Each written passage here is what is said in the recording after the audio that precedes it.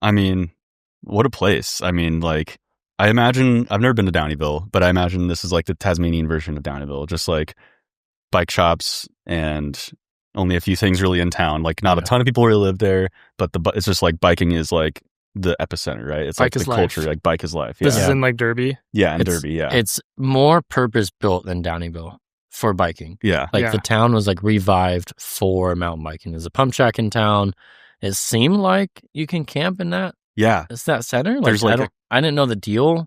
Right there, pay for that, right next to pump track and bike shop and like right where the shuttles pick up. Yeah. So I don't know exact deals how the shuttles pick up, but I'm guessing you just buy a pass from one of the bike shops or something, or the shuttle company. It's like what, 5-minute shuttle, 8-minute shuttle? Yeah, probably. Pretty good. Yeah. Yeah. And then tons of a great amount of blue trails, some black trails, purpose built mountain biking all the way through. Yeah, I remember when the EWS came into town or out there, and they did when Medina, but they also did Derby. I remember seeing things about how mountain biking has stimulated that local economy and kind of made Derby kind of grow as 100%. A city, which is super cool. Yeah, it totally revived the town, like Liam said. I mean, it was a defunct mining town. I think that we're primarily mining tin, and they pretty much like completely depleted the mines. And so they're like, well, this is all just here. Let's make it a sick mountain bike town and bring tourism and people here. So, I was super impressed. I mean, yeah. And then we're on an all mountain rides trip. Essentially what he does is he puts together, where we're staying, which was the Derby Forest cabins, which you can just rent out on your own, which were super sick. Kind of also like mountain bike-ish base. Like he has a little workstation and like spots for your bikes, and then they've got 3 or 4 cabins, right? I think at least 3 or 4 cabins. Yeah, that's cool. It's like bike specific accommodations. Pretty much. Yeah. Yep. And then we were lucky enough. I think you have the option to, but we're lucky enough to have a chef for us as well on the trip. Or else I think you just use that kitchen. Like you just buy your own supplies and use the kitchen. But that was like part of the all mountain rides. Like perk, right? Is like pretty much just show up at the airport and everything is taken care of for you. Which is awesome. Yeah. But so we had a chef eating insane food every day. Yeah, she was incredible. Her name was Sandy. And then so Pete and Derby Forest cabins are awesome. And then the riding, I'd say I've never been to Bentonville, but Derby, Tasmania, with the setup of the Derby Forest cabins, was the best mountain bike destination I've ever been to for purpose mountain biking with a group, riding from blues and greens all the way to double blacks. Yeah. Like it had everything. Like, that's you're not going there if you're not riding bikes. Everyone's there to ride bikes. Everyone's there mountain bikes to ride bikes. Even like you saw full families, mom, dad, kids, all kitted out riding bikes together. Like that's one of the coolest things you can see. Super cool to see the sport evolve to that. It is so cool. Like, definitely.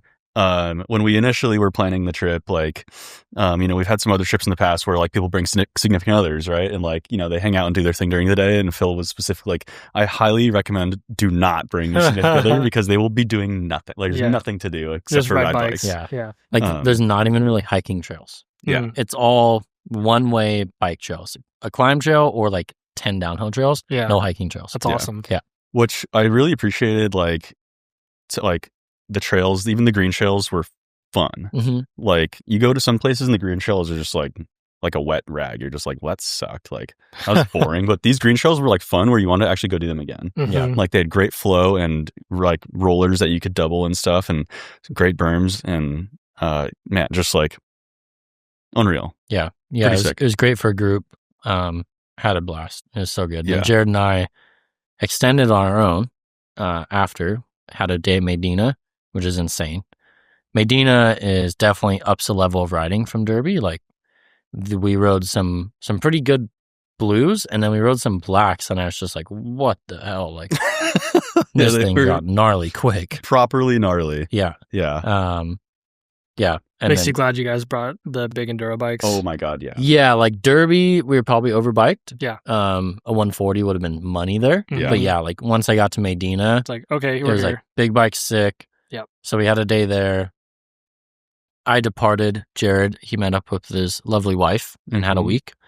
I went to New Zealand from there. Yeah. And I rode Rotorua for 3 days and Queenstown for 3 days. Solid. And I had a blast. And Also very glad I had the big bike in both of them. Yeah. Yeah. Like Yeah. Rotorua, you could get away with a 140, but it's steep. Yeah. I'd actually say the mullet in good brakes and suspension was better than like all the travel I had. Yeah. Like I don't know if I used all the travel, but it was like confidence in the brake, suspension, tires, Geometry. and the mullet was sick because it was steep and tight. Yeah. Rotorua was. Mhm. Gotcha. Yeah, Rotorua is like Santa Cruz a bit. So Yeah. but so that was sick. And then Queenstown, some pretty serious trails as well. It's also end of season for both those spots. So like some of the trails were in pretty rough shape. A lot of braking bumps and pretty rough. and rough stuff. Yeah, like the jump lines were even pretty gnarly to get through. Not as far as jump wise, but like big holes in the berms to try to carry speed through. Yeah. Medina as well, huh? Yeah, Medina as well. Yeah. Oh, really? You're just slamming brake Pretty bumps. trashed, yeah. Yeah, it's like very end of yeah. season for them, right? Like it's about to be fall or winter for them. Yeah. Southern It Hemisphere. Yeah. So Total trip. I had a blast. I did 3 weeks of riding on a big bike, and frameworks performed flawlessly. Yeah. Yeah, I'll probably get a bike check on that soon. Yeah, you That's should. right. Yeah. We got those sick photos that we took in Tasmania. True. Yeah. True. And you were on the 165? 165. ESP 165. Mm-hmm. Yeah. I mean, totally so stoked I got that bike for that trip. I mean, Yeah. Two kind of similar like two similar genres of bikes. Right? Definitely. totally. Yeah. Which is cool. I'm really glad Liam built his frameworks. That kind of inspired me to get the enduro bike because it was perfect. Yeah. But yeah, I mean, what can you say? I mean, they had the diversity of trails in there and just, it was just so cool to experience the whole different just part of the earth, like the flora and fauna, you know, like the trippy trees and like animals. Yeah, that's what I've heard about Medina is the trees there and the terrain is like nowhere else you've ever seen. You feel like you're in like a Star Wars forest or something. 100%. Yeah. It's kind of wild. Derby's very similar. The Uh-huh. cool thing about Medina was like you had like eucalyptus at the bottom to like rainforest and ferns in the middle to like almost the very top's like almost above alpine. Mm-hmm. Pretty crazy. Yeah. You go through like 3 or 4 different environments just at Medina alone. Crazy. Yeah, and like Queenstown, South Island. I'd like to go back to South Island. I feel like with New Zealand, you kind of need like a whole month. I'd like to go back to South Island and spend time in like Christchurch and Nelson, and they call them the Alps, the Southern Alps there as well. So sick. I could spend a whole month there, bring 2 bikes and just explore and hike and ride. Yeah, Did you insane run into Andre's buddy as well? Were you there when that happened? I wasn't with him, but we met up the next day when we rode. Oh, nice. And then I rode with him separately another day. Yeah. Oh, sick. Mm-hmm. Awesome. Yeah. Yeah, just by happenstance, they ran into Andre's buddy he went to college with in New Zealand. And he just randomly? He moved just there. on a river. Yeah, just or like you just randomly met him? Ran into him. And he moved there with his girlfriend and built a van. You were with Andre? No, I was how did he know you? I was riding that day. No, so Andre saw his buddy. He just saw him. Yeah. Yeah. How crazy is that? Like I was in with New him. Zealand. Yeah. I mean, it's a big world, but it's a small world. It totally is. Yeah. That's a good way of putting it. Yeah, it's crazy. But so he moved out to New Zealand with his girlfriend and built a van, the same Sprinter that I have. Okay. And they're just kicking it. Yeah. It's kind of the move. Living in Rotorua. It's just a total vibe. Yeah. I'm like, dude, I think New Zealand's sick. like the perfect place to do something like that. 100%. Yeah. Yeah. He's looking for work too, so if anyone lives in Rotorua and wants a smart worker, he said he'll do anything. But he's really smart. He's an engineer. Yeah, very smart guy. Yeah, I went to UC Santa Cruz.